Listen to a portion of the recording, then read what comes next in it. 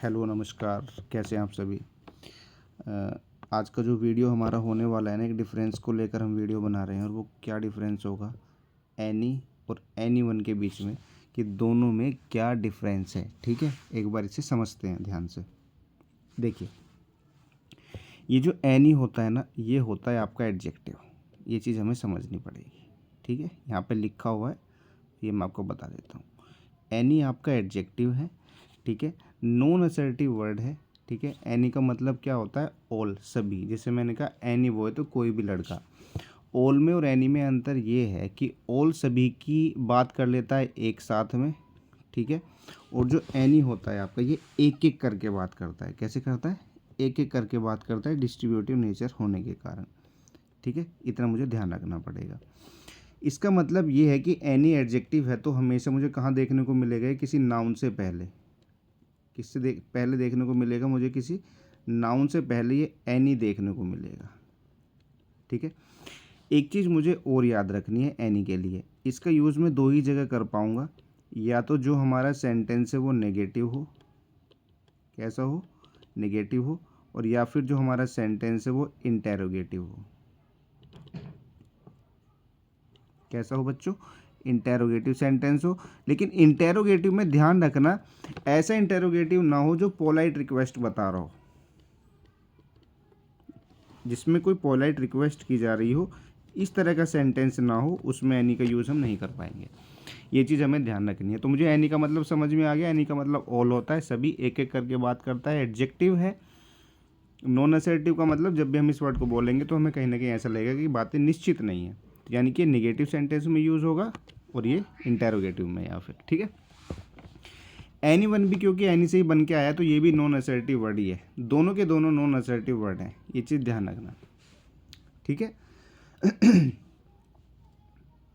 अब indefinite pronoun होता है आपका एनीवन। इसका मतलब ये है कि एनीवन आपका जो वर्ड है, ये सेंटेंस में आपको दो जगह देखने को मिलेगा। या तो ये सेंटेंस में आपको सब्जेक्ट बनता हुआ दिखेगा, या सेंटेंस में आपको ऑब्जेक्ट बनता हुआ दिखेगा।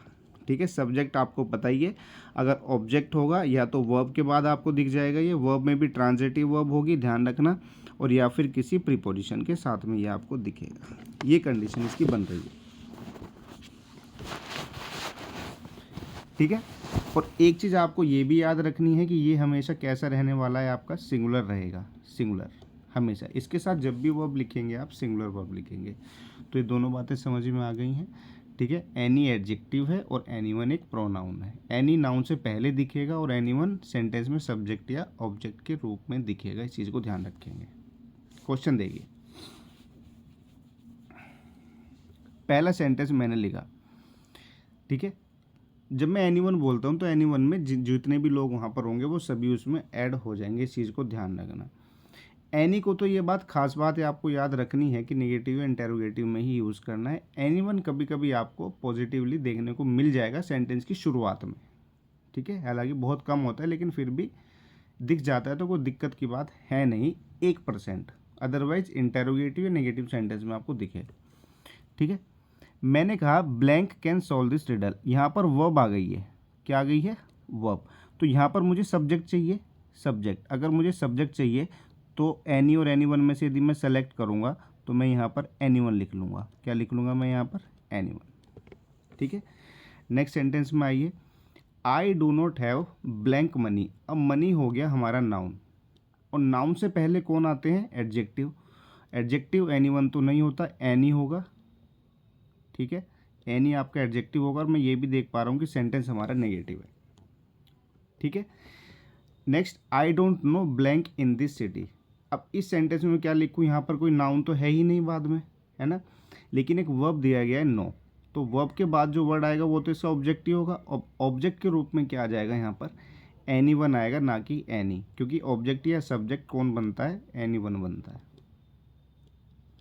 आई do not know anyone in this city. Next, blank sugar should not be wasted. ठीक है, अब शुगर हो गया नाउन। अगर शुगर नाउन है तो यहाँ पर मुझे एडजेक्टिव की ज़रूरत है बच्चों, और अगर यहाँ पर मुझे एडजेक्टिव चाहिए तो मैं यहाँ पर क्या लिखूँगा, एनी लिखूँगा। इस चीज़ को ध्यान रखना। एक क्वेश्चन मैं और लिख के दे देता हूँ। ठीक है, मैंने लिखा डू यू अब्यूज ब्लैंक और ये क्वेश्चन मार्क, ठीक है, ये सेंटेंस। मैंने कहा डू यू अब्यूज ब्लैंक, मैं कहना चाहता हूँ क्या तुम किसी को गाली देते हो, ठीक है। तो ये इंटेरोगेटिव सेंटेंस है हमारा, इंटेरोगेटिव। अब इन्हीं दोनों में से मैं कुछ ना कुछ लिख पाऊंगा अगर इंटेरोगेटिव है तो, ठीक है। अब्यूज हो गया वर्ब। अब वर्ब के बाद मुझे क्या चाहिए, इसका ऑब्जेक्ट चाहिए। अगर मुझे ऑब्जेक्ट चाहिए तो मैं बिना किसी हेजिटेशन के मैं यहाँ पर एनीवन लिखूँगा, ठीक है। तो ये कंसेप्ट है एनी और एनीवन का, ठीक है। इसी तरीके की और वीडियो हम लेकर आएंगे। कंसेप्ट आप भेजते रहिए किस किस में दिक्कत है, ठीक है। नेक्स्ट वीडियो में मिलते हैं। नमस्कार, बाय।